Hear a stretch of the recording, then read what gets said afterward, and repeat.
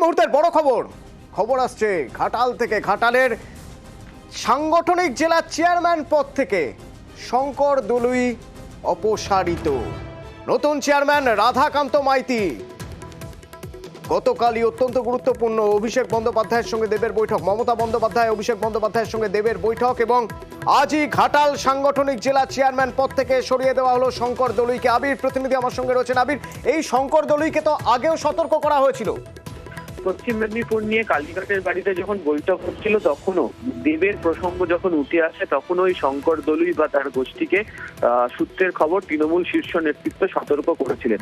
এবং তুমি জানো, দেব যখন তিনি তার 3টে পদ থেকে ইস্তফা দেন তখনও হচ্ছে যে অডিও ক্লিপ ভাইরাল হয়, সেখানেও শঙ্কর দলুইয়ের প্রসঙ্গের কথা বারবার ধরে উঠে এসেছিল। সূত্রের খবর যে অভিষেক বন্দ্যোপাধ্যায় এবং মমতা বন্দ্যোপাধ্যায়ের সঙ্গে গতকাল দেবের যখন যে বৈঠক হয় সেই বৈঠকের ক্ষেত্রে শঙ্কর দলুইয়ের নাম বারবার ধরে উঠে আসে এবং সেই গোষ্ঠীর নেতারা কিভাবে সমস্যা তৈরি করছে তার প্রসঙ্গের কথা বারবার ধরে তিনি সেখানে উল্লেখ করেছিলেন। তারই পরিপ্রেক্ষিতে আজকে দেখতে পাওয়া যাচ্ছে যে শঙ্কর দলুই তাকে তার যে পদ সেখান থেকে সরানো হলো, নতুন যে দায়িত্ব নিয়ে আসা হলো হচ্ছে রাধাকান্ত মাইতিকে।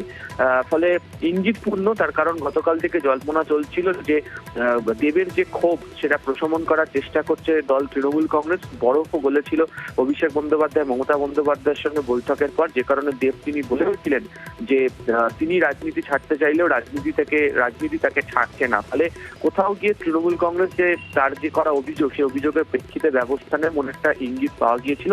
আজকে কিছুক্ষণ আগে তৃণমূল কংগ্রেসের তরফ থেকে নতুন চেয়ারম্যানের নাম ঘাটাল সাংগঠনিক জেলার জন্য ঘোষণা করা হয়েছে এবং সেখানে দায়িত্ব দেওয়া হয়েছে রাধাকান্ত মাইতিকে। ধন্যবাদ আবির। তুমি যে কথা বলছিলে গতকালের বৈঠকের কথা, যে বৈঠক থেকে ইঙ্গিত মিলছিল